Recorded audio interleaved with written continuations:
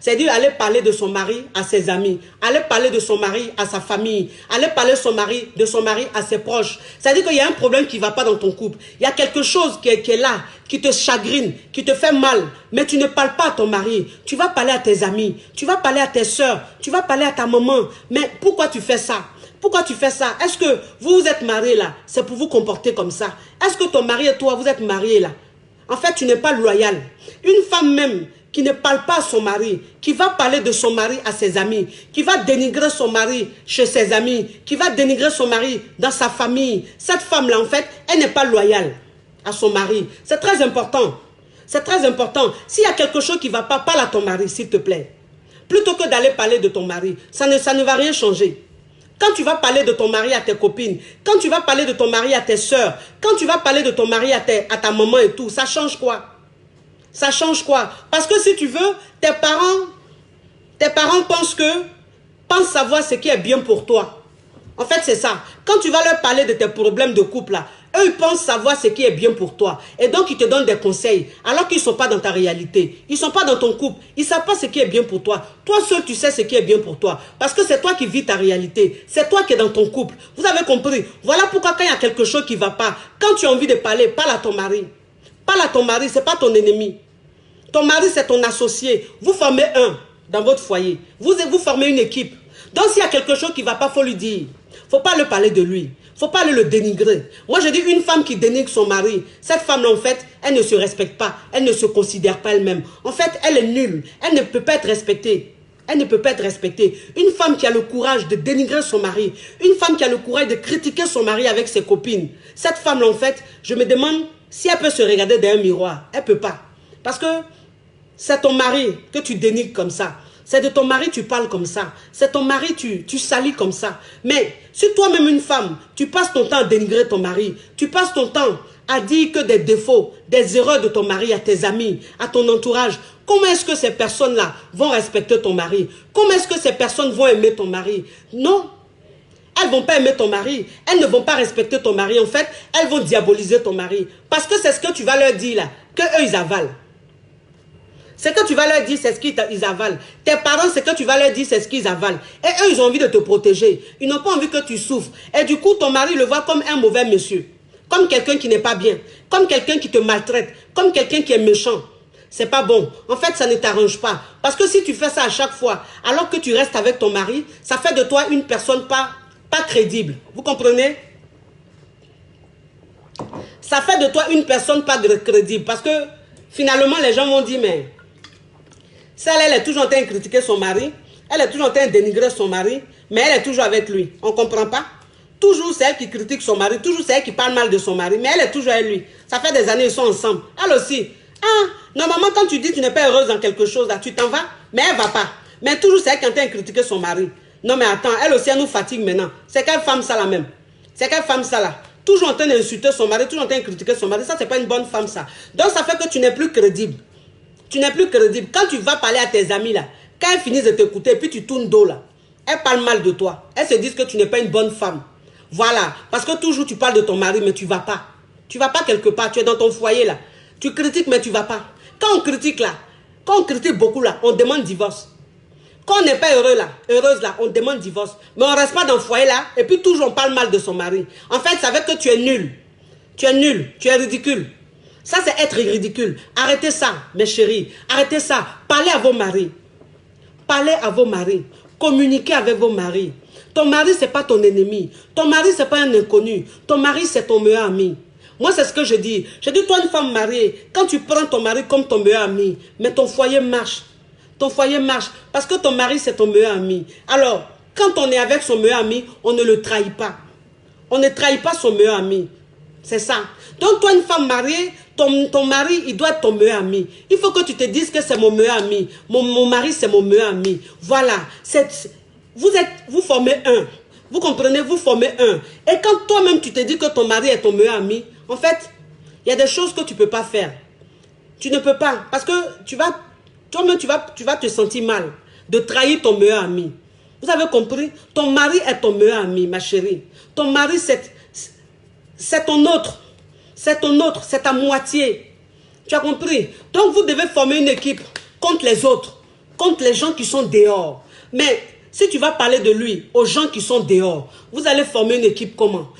Comment vous allez vous défendre? Vous ne pouvez pas. Parce que vous êtes séparés. Parce que vous êtes divisés. En fait, vous ne formez pas un. C'est pas bon. C'est pas bon. Il faut parler avec ton mari. S'il y a quelque chose qui ne va pas, ne le critique pas. C'est ton mari. Un homme même que tu dénigres et tu vas te coucher en bas de lui, en fait, ça fait de toi une femme pas crédible.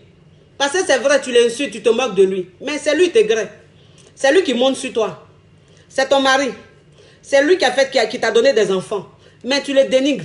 Tu te moques de lui là. Tu te moques de lui pourquoi? Même s'il est penché, c'est ton mari.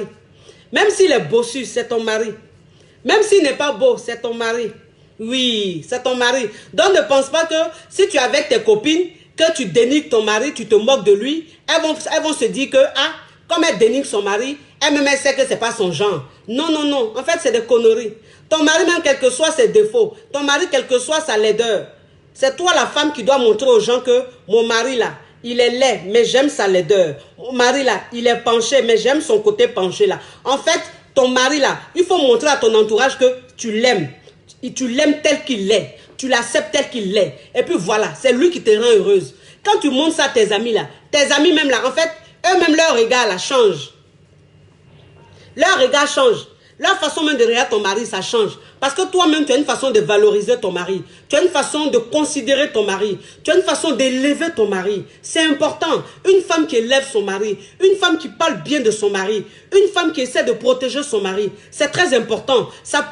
Tout le monde respecte ton mari. Tout le monde considère ton mari. Mais toi, une femme, quand tu ne respectes pas ton mari, toi, une femme, quand tu dénigres ton mari, en fait, personne ne peut le considérer. Il passe dans la rue, tout le monde rigole de lui. Tout le monde rigole de lui. Parce que toi-même, qui est son pilier, toi-même qui est son pilier, toi-même qui est sa sécurité, tu n'assures pas sa sécurité. En fait, tu le laisses comme ça, dans les bras des gens. Tu laisses tout le monde parler sur lui. C'est pas bon, mes chéris. C'est pas bon. Quand c'est comme ça, ton foyer même ne peut pas prospérer. Quand c'est comme ça, le bonheur même ne peut pas rentrer dans ton foyer. Parce qu'en fait, moi c'est ce que je vous dis toujours. Vous savez, c'est-à-dire que toi, une femme dans ton foyer là, c'est toi qui es la fenêtre de ton foyer. C'est toi qui prie pour ton foyer. C'est toi-même, c'est-à-dire que tu es le pilier de ta famille. Donc si toi-même là, qui es le pilier de ta famille, en fait, tu te fous de ta famille, le bonheur ne pourra pas rentrer. Le bonheur ne pourra pas rentrer. C'est comme ça. Voilà pourquoi toi, ton mari et toi, vous devez former un. Voilà pourquoi ton mari et toi, tu dois savoir parler de lui. Tu dois savoir comment te comporter avec lui. Tu dois savoir comment le présenter aux yeux des autres. Quand c'est comme ça, toi-même, Dieu t'élève. Toi-même, Dieu te bénit encore plus. Toi, la femme, parce que tu joues un bon rôle. Parce que tu es une bonne femme. Tu es une bonne épouse. Tu es une bonne épouse. L'éducation de tes enfants, c'est avec ton mari. Vous passez des moments ensemble. Ça veut dire que ta priorité, c'est ton mari. Ta priorité, là, c'est ton mari. Voilà, l'épanouissement de ton mari. C'est ça ta priorité. Vous avez compris? Alors, les gens me diront, oui, toujours, on demande aux femmes de faire des efforts. On demande aux femmes, pourquoi c'est qu'aux femmes, on demande de faire ceci, cela? C'est-à-dire que je vois ces messages-là parfois et ça me désole. Vous comprenez? Ça me désole parce que c'est la femme qui fait son foyer. Quand on dit un foyer, c'est la femme. Donc, c'est à la femme de se comporter dans son foyer pour que ça marche. C'est à la femme de savoir faire des concessions.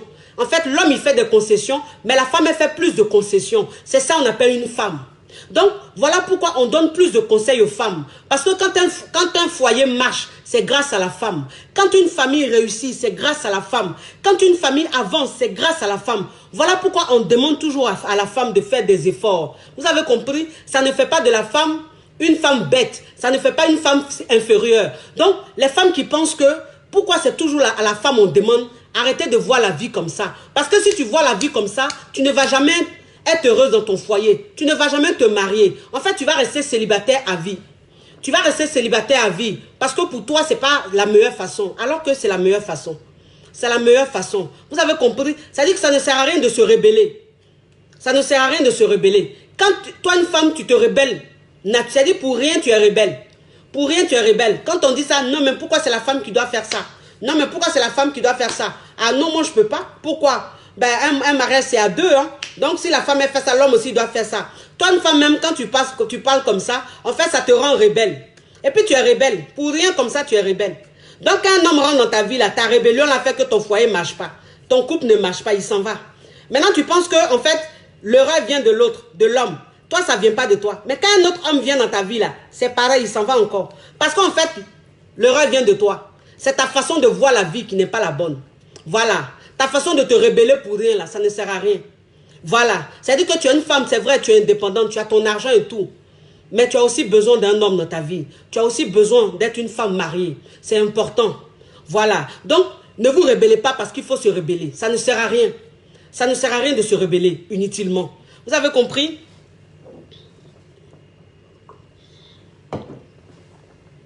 Et puis vous savez, toi une femme, pour être une bonne épouse, pour être une bonne femme, ton mari et toi, vous devez avoir le même rêve. Vous devez avoir le même rêve. C'est très important. C'est-à-dire ton mari et toi, quand vous parlez projet là, quand vous parlez avenir là, il faut que vous voyez la chose pareillement. C'est-à-dire si ton mari et toi, vous êtes en train de parler de votre retraite là, vous devez faire ça ensemble. C'est-à-dire que où vous allez vivre votre retraite là, vous allez passer votre retraite là, vous prenez la décision ensemble. Vous voyez, vous avez la même vision, vous avez le même rêve. C'est important. Mais toi, une femme, tu es avec ton mari. Ton mari et toi, vous parlez. Il te dit, chérie, pendant la retraite, on va aller vivre ici. Toi, en fait, tu ne veux pas. Tu te dis, non, moi, je ne me vois pas là-bas. Non, non, non, moi, c'est ailleurs, je vais vivre. Moi, je vais vivre ici. En fait, vous ne vous entendez pas. Alors que vous êtes un mari, vous êtes un couple, vous êtes mariés. Vous devez avoir le même rêve. Ça, c'est important. Il ne faut pas penser que toi, ton avenir est ailleurs et ton mari, son avenir est ailleurs. Vous formez un. C'est ton mari. Donc, ton avenir n'est pas ailleurs. Lui, son avenir n'est pas ailleurs. Vous avez le même avenir. C'est important. Vous savez, c'est très important. Et puis, toi, une femme mariée. Toi, une femme mariée, pour être une bonne femme mariée, tu dois aussi avoir ton rêve. Tu dois aussi avoir ton rêve. C'est-à-dire que ton mari et toi, vous avez votre rêve. Et puis toi-même, tu as ton rêve. C'est-à-dire, toi, ton rêve, c'est quoi? C'est qu'est-ce que tu veux devenir dans ta vie de femme? Qu'est-ce que tu veux faire dans ta vie de femme? C'est-à-dire que c'est vrai, tu es marié. Tu es une femme, tu es au foyer. Enfin, tu es un mari. Tu es une épouse. Tu es une concubine. Mais toi-même, c'est quoi tes rêves? Toi-même, qu'est-ce que tu as envie de faire dans ta vie? Quel boulot tu veux faire? Qu'est-ce que tu veux entreprendre dans ta vie? C'est aussi très important. C'est aussi très important. Toi, une femme même d'avoir des objectifs. Toi, une femme même d'avoir des projets personnels. D'avoir un rêve personnel. C'est-à-dire un rêve professionnel. Toi, une femme, tu te dis, il faut que je fasse ça pour gagner mon argent. Il faut que je fasse ça pour gagner mon argent. C'est très important. Parce que si toi-même, tu te dis que je suis que femme, je suis que épouse, en fait, tu oublies toi-même tes rêves. Tes rêves, c'est quoi? C'est comment tu vas être indépendante. Comment est-ce que tu vas travailler? Comment est-ce que tu vas faire des choses? Toi-même en toi, il y a des choses, tu as plein de choses, tu as plein d'idées dans la tête. Mais ces idées-là, tu ne les mets pas en pratique. Parce que tu te dis, tu es une épouse. C'est fini. Ta vie, là, tu la consacres qu'à ton mari. Tu la consacres qu'à ton foyer. C'est pas bon. Arrivé à un certain moment, tu vas craquer. Pourquoi tu vas craquer? Parce que tu as tellement donné que tu vas commencer à craquer. Parce que tu n'as pas pris le temps pour toi-même. Tu n'as pas pensé à toi-même. Tu n'as pas pensé à ton épanouissement personnel. Moi, c'est ce que je dis toujours. Je dis, toi, une femme mariée, il y a ce qu'on appelle ton épanouissement personnel. C'est-à-dire, comment c'est que toi-même tu fais qui te rend heureuse. Il y a ça. Et puis, il y a ton épanouissement de ta vie de famille. Donc, il faut que ce soit complémentaire. En fait, ça doit être complet. Ton épanouissement doit être complet. Tu ne dois pas te dire que toi, ton épanouissement vient que de ton foyer, de ta famille. Non. Ton épanouissement, un côté vient de ton foyer, de ta famille. Et puis un côté vient de ta vie professionnelle, de ce que tu fais dans ta vie, de comment tu entreprends les choses, comment tu gagnes ton argent. Quand tu te réveilles matin, là, ta tête travaille. Tu vois, voilà, ça aussi c'est important. Ça installe le respect dans le foyer. Ça installe le respect dans le foyer. Quand toi-même tu cherches ton argent, ton mari cherche son argent, et puis ensemble, là, vous faites les dépenses ensemble. Ensemble, toi-même tu as ton argent là. Ça installe le respect dans le foyer, et puis ça amène une paix. Une paix. Parce qu'un homme, un mari qui est là, qui fait tout seul, qui fait toutes les dépenses tout seul, en fait, il a des sauts d'humeur. Il s'énerve. Il s'énerve. Pour rien comme ça, il s'énerve. C'est pas parce que il est méchant, mais en fait, c'est parce qu'il a trop de charges sur la tête. Il a trop de charges. Et donc, ça l'énerve. Alors que toi, une femme, si toi aussi tu as ton argent, et que dans la maison aussi, tu dépenses aussi, C'est-à-dire qu'il paye la maison, toi tu payes l'eau.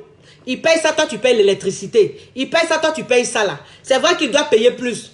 Dans ton foyer, ton mari doit payer plus. C'est-à-dire qu'il y a du 100% dans le foyer. Ton mari doit payer du 70%.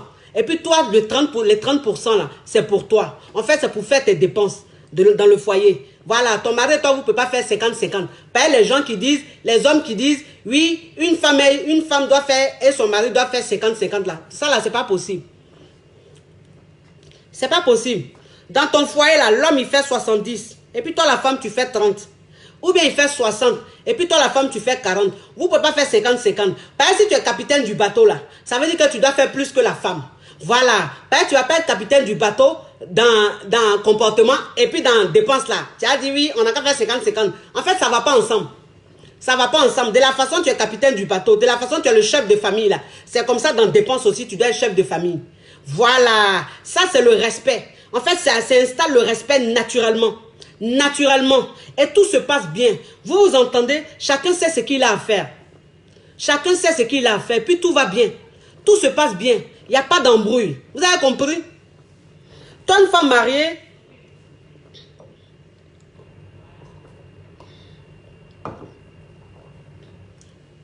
tu dois être dans la séduction. Tu dois rester dans la séduction. C'est-à-dire que c'est très important. Toi, une femme mariée, pour être une très bonne épouse, pour être une bonne femme, tu dois rester dans la séduction. La séduction, ça doit faire partie de toi-même, de ton quotidien. Tu dois te dire que ton mari, il doit être toujours amoureux de toi. Il doit être toujours fou de toi. Donc, tu dois toujours te rendre belle. Tu dois toujours te rendre coquette. C'est très important. Parce que dans ton foyer, quand tu as 1, 2, 3 enfants, après, tu te laisses.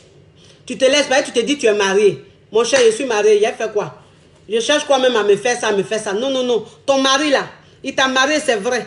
Vous êtes ensemble, vous avez des enfants. Mais il reste un homme. Il reste un homme. Ça veut dire que son cœur là, ça doit battre. Quand il te voit là, souvent là, son cœur doit faire waouh. C'est important. Quand lui-même il te regarde là, il n'a qu'à se dire, malgré les enfants, malgré 1, 2, 3 enfants, mais ma femme là, elle est toujours pata. Ma femme là, elle est toujours comme ça. Ma femme là, elle est toujours comme ça. En fait, ça fait que lui-même, son cœur bat tous les jours. Lui-même, quand il sort, là, il est pressé de rentrer à la maison. Parce qu'il sait que sa femme est belle, elle est coquette. C'est très important. Donc, toi, une femme, tu dois rester dans la séduction. Toi, une femme, tu dois toujours te faire belle. Tu dois toujours prendre soin de toi. Tu dois toujours prendre soin de toi. Tu dois nettoyer ton visage. Tu dois acheter beaucoup de choses, des produits pour ton visage. Toi-même, là, ton corps, là, tu dois prendre soin de ça. Tu dois tout faire pour ne pas déborder. Tu dois tout faire pour ne pas avoir un corps bizarre.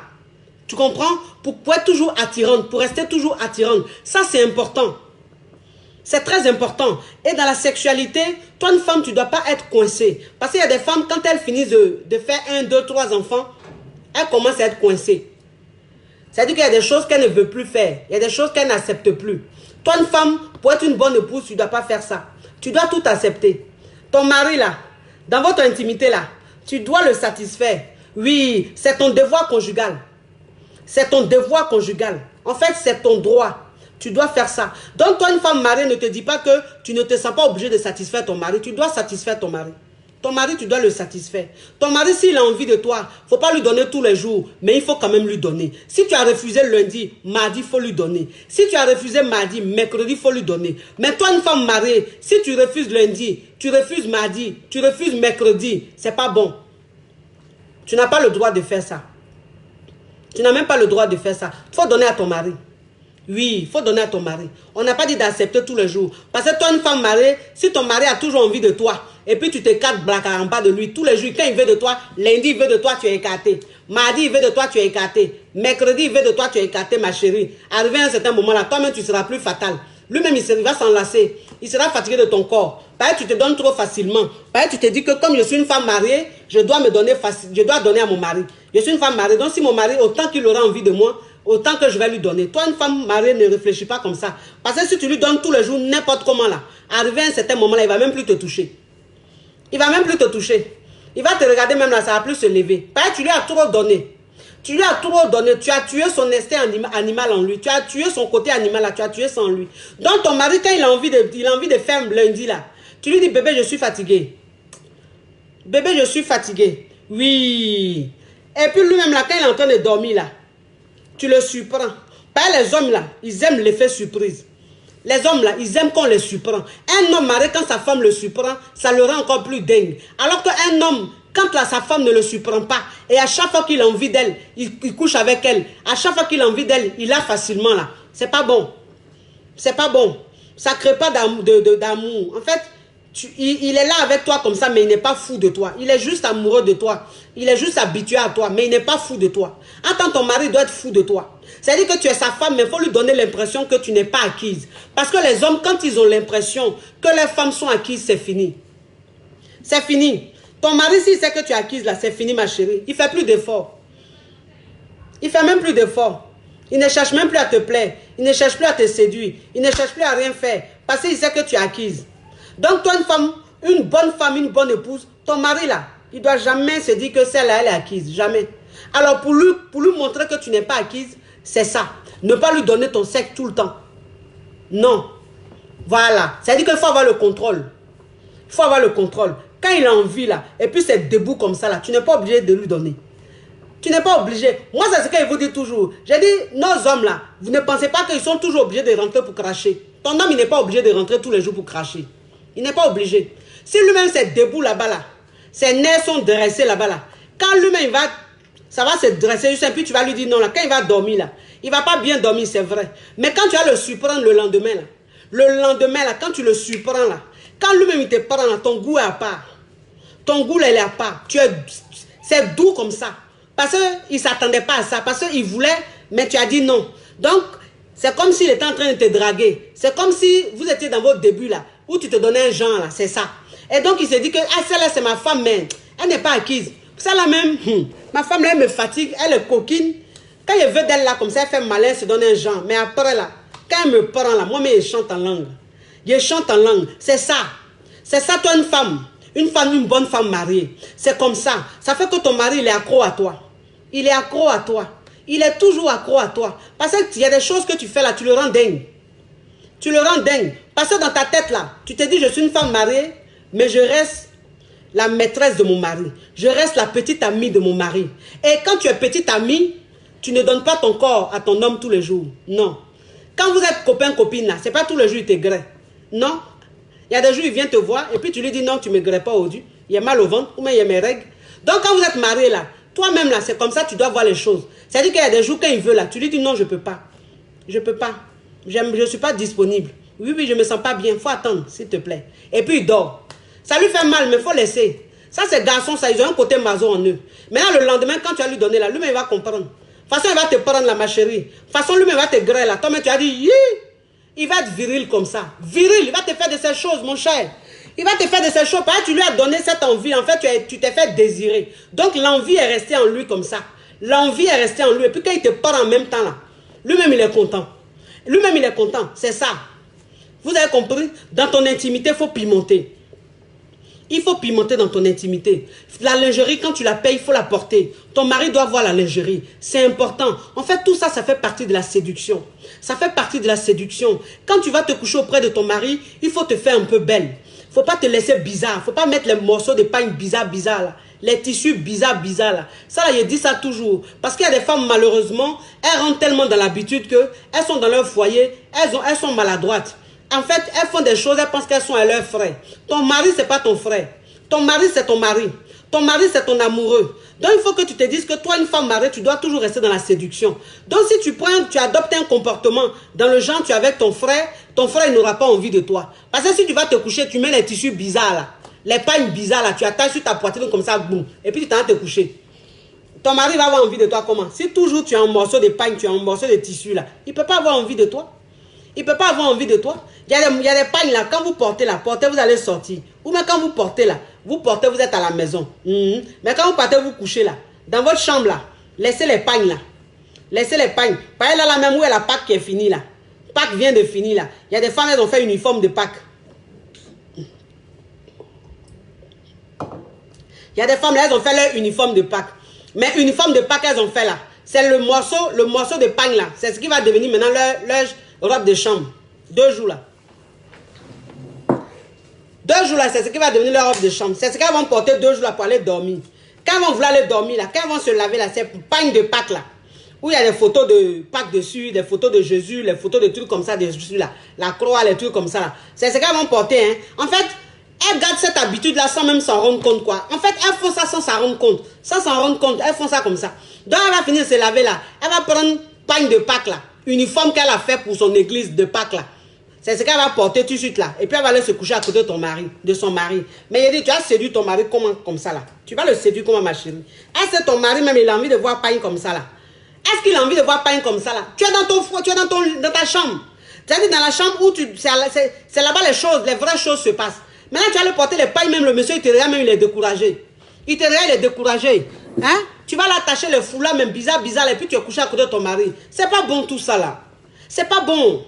Oui, c'est pas bon. Et puis vous les femmes là, c'est-à-dire que souvent vous utilisez les beurres de karité, vous faites de ces trucs là. Vous faites beurre de karité, vous mettez beaucoup de pommade dedans. Vous prenez ça pour vous masser ou même vous mettez sur vos corps pour dormir là. S'il vous plaît, si les pommades que vous fabriquez là, les pommades que vous fabriquez pour votre corps ou bien pour vous masser ou même je ne sais pourquoi là, si vous savez que ça sent pas bon là, ne mettez pas sur vous la nuit pour vous coucher à côté de vos maris. Vous avez compris? Par exemple, ton mari là, il t'a marié, mais il a son nez. Il faut respecter ses narines. C'est pas parce qu'il t'a marié qu'il va supporter odeur, les odeurs fortes là. Il n'est pas obligé de supporter ça. Faut le respecter. Donc, toi, une femme, même quand tu fais tes pommades bizarres, ou pommades là, il y a beaucoup d'odeur dedans là. Toi, tu sais qu'il y a beaucoup d'odeur dedans là. Faut mettre ça la journée. La journée là, faut mettre ça. Faut mettre ta pommade là. Puis c'est bon, ça va faire ce que ça doit faire. Mais la nuit là, quand tu dois te coucher auprès de ton mari là, quand tu te laves là, s'il te plaît, faut laisser ta pommade là. Mets un peu de déodorant ou même mets un peu de parfum et puis va te coucher à côté de ton mari. Tu sens bon à côté du monsieur là. Tu as compris? Mais tu vas mettre pommade jusqu'à... Pommade là même, tu es couché à côté du monsieur. Le monsieur éternue seulement. Il éternue seulement, c'est pas ton problème ma chère. Toi tu penses qu'à toi mon cher. Pommade là, c'est ce que ça va te faire là, c'est ce qui t'intéresse. Le monsieur il éternue ou il éternue pas ou tu t'en fous. Tu vas le mettre pommade dans tes cheveux. Par exemple, tu dis tu es en train de traiter tes cheveux. Pommade que tu es en train de mettre dans tes cheveux là. Il y a drogue dedans. Il y a quoi dedans. Il y a huile de choses... Comment on appelle huile ça là même? Oh. Huile de graines. C'est huile de graines, oui. Huile de graines dedans. Il y a les huiles là. C'est-à-dire que tu as fait beaucoup d'huile comme ça. Huile là même est noire comme ça. Tu dis c'est pour tes cheveux. C'est pour que tes cheveux poussent. On dit l'huile là, c'est la nuit, il faut mettre. Ma chérie, tu es une femme mariée. Donc tu ne mets pas ça la nuit. Tu ne mets pas ça la nuit. Il faut mettre ça la journée. Tu as compris? Ou bien quand ton mari voyage là, tu peux mettre ça la nuit. Mais la nuit, quand tu sais que tu t'en te coucher à côté de ton mari là, si l'huile que tu dois mettre dans tes cheveux là, si tu sais que l'huile là, ça sent fort, si tu sais que c'est pas bon là, faut pas mettre. Tu mets, tu attaches ta tête à un foulard juste et puis tu t'en te coucher à côté du monsieur. Le monsieur, mais il a envie de toi. Quand il vient vers toi même là, il éternue tellement que pommade tu as mis dans ta tête là, tellement que l'odeur est forte. Tellement que l'odeur est forte. Tout ça là, c'est pas bon. C'est pas bon, s'il vous plaît. Quand vous êtes marié, comportez-vous, soyez sexy dans tout ce que vous faites. C'est-à-dire que soyez des femmes fatales, quoi. N'ayez pas de comportements de villageoises. Des comportements, vous ne réfléchissez même pas. Vous ne réfléchissez même pas. Vous tuez même la libido de vos hommes. C'est-à-dire que vos hommes, là, même quand ils se couchent à côté de vous, là, leur truc, là, ça tombe comme ça. Ils n'ont même plus envie de vous. Pas tout ce que vous faites là, même, c'est énervant. Tout ce que vous faites, c'est énervant. Les trucs de villageoises, là, c'est ce que vous partez faire dans vos foyers. Arrêtez ça. Vous avez compris? La séduction, là, ça doit faire partie de ton âme. La séduction, ça doit faire partie de ta respiration. Toi, une femme mariée, quand tu respires même, tu dois respirer la séduction.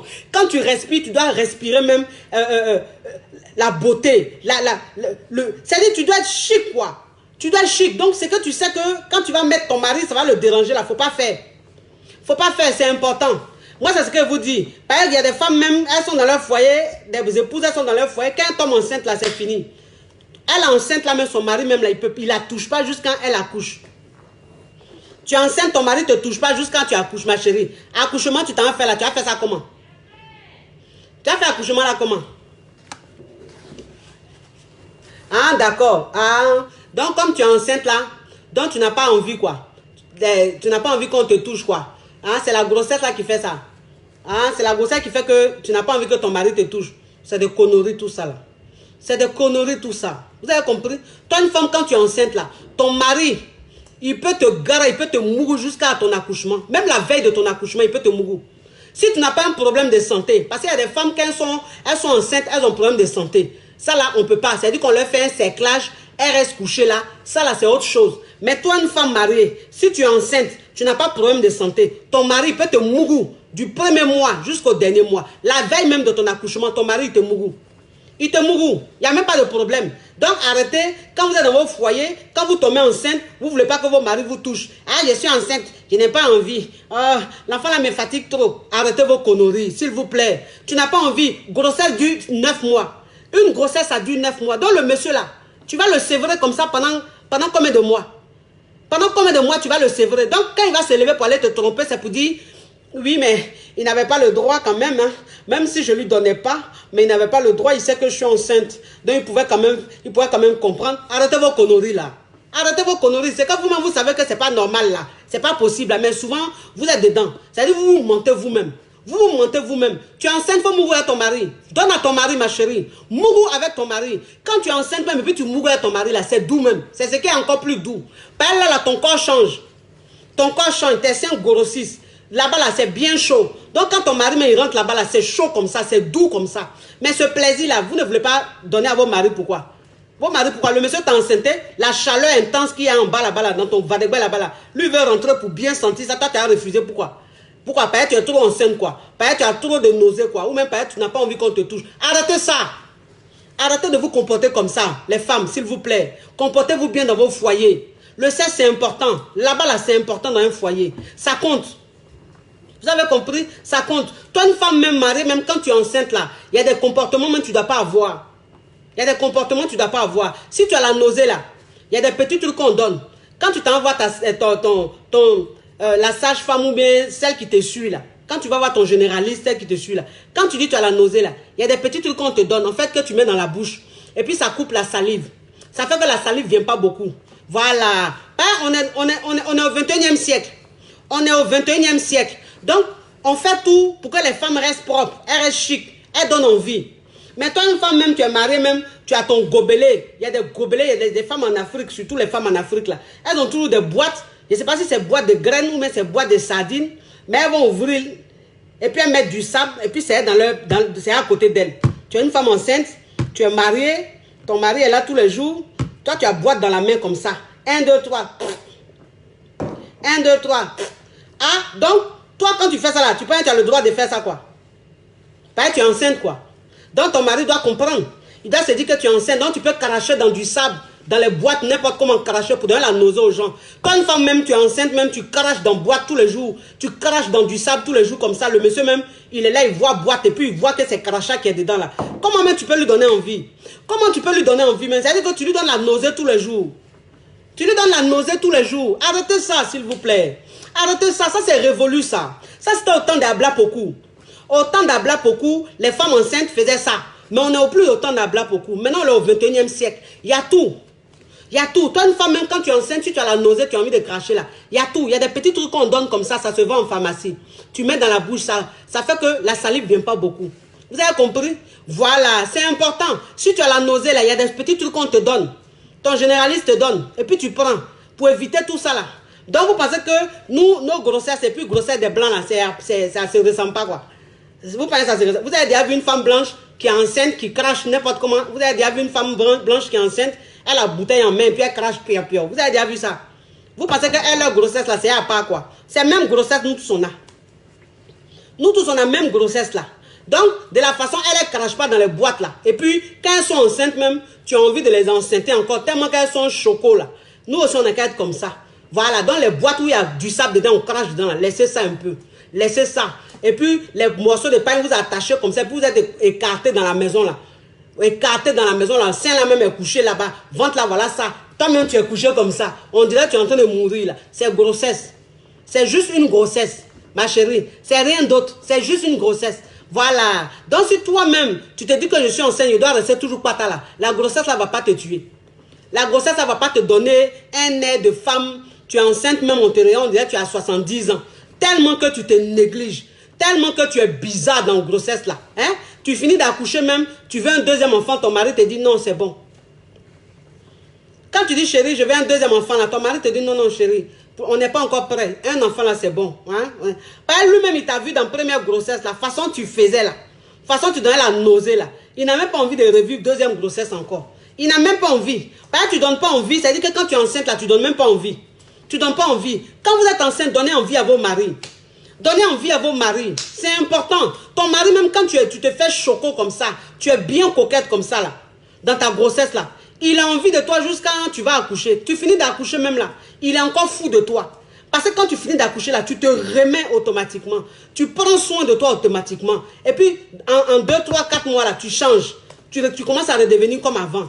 Parce qu'en fait, tu as l'entretien en toi.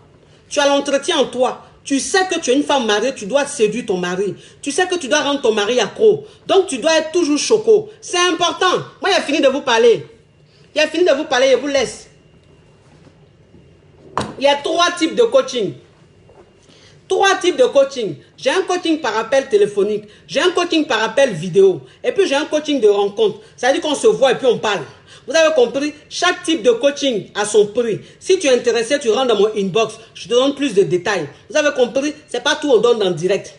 C'est pas tout on donne dans le direct. Dans le direct, on donne les grandes lignes. On parle de l'essentiel, c'est vrai. Pour aider aussi ceux qui n'ont pas les moyens. Mais si toi-même, tu as envie qu'on t'aide dans ton foyer, pour que ton foyer aille bien là, par rapport à ta situation, faut venir, je vais te donner des conseils, je vais te dire comment faire, par rapport à ta situation, à ta réalité là, tu vas voir dans ton couple. Vous avez compris, mes conseils sont payants, mes conseils personnels sont payants, c'est pas gratuit. Ce qui est gratuit là, c'est ce que je fais sur les réseaux sociaux. C'est-à-dire quand je m'assois et puis je fais direct là, c'est ce qui est gratuit. Mais quand c'est le privé là, c'est-à-dire tu viens m'expliquer tes problèmes là, ça c'est payant.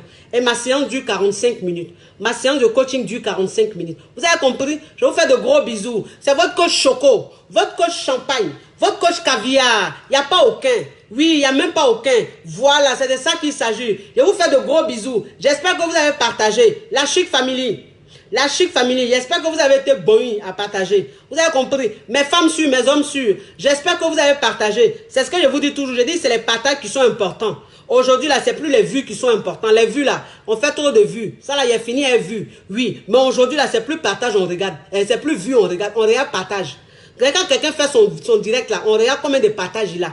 C'est ce qui est important aujourd'hui. Donc, partagez, s'il vous plaît. Pas, je sais que je suis beaucoup suivi. Mais vous n'aimez pas partager. Partagez. Rendez-moi service. Moi, je vous rends service. Rendez-moi service. Pour me remercier, là, c'est les partages. Vous avez compris? À bisous.